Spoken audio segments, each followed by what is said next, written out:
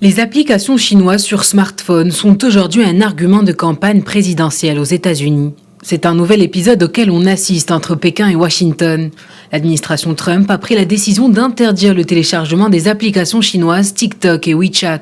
À partir de ce dimanche, ces deux applications très populaires auprès des jeunes, permettant l'une de produire de courtes vidéos et l'autre utilisée pour la messagerie, les achats, les paiements et d'autres services, seront bloquées. Sans avoir fourni de preuves tangibles publiques, le président américain accuse ces applications d'espionnage industriel au profit de Pékin.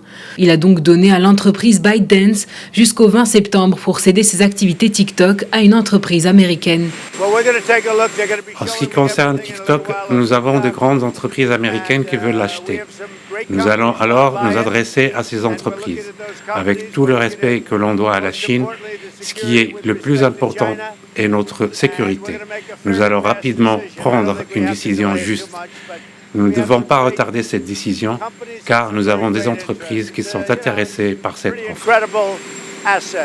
Avec plus de 100 millions d'utilisateurs sur le sol américain, les fondateurs de TikTok dénoncent une décision prise pour des raisons politiques. Ne restant pas les bras croisés, le gouvernement chinois a riposté en mettant en place un mécanisme lui permettant de limiter les activités d'entreprises étrangères. Pékin a instauré alors une liste d'entités non fiables qui comprend des sanctions allant d'amendes à la restriction d'activités ou d'entrée de matériel et de personnel en Chine.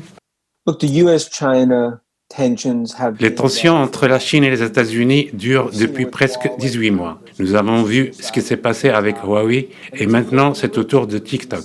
Il faut attendre pour voir comment cette situation va être résolue, car il est très probable que la Chine adopte des mesures de rétorsion.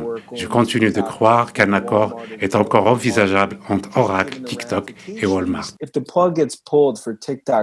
La maison mère de l'application a même déposé une plainte auprès du tribunal de Washington. Dans sa plainte, l'entreprise chinoise accuse l'administration Trump d'enfreindre le droit à la liberté d'expression. Dans le cas où l'interdiction de téléchargement est maintenue, l'activité de TikTok sera détruite de façon irréversible. Mais pour Donald Trump, qui met en avant la sécurité nationale dans sa campagne, la saga TikTok tombe à pic.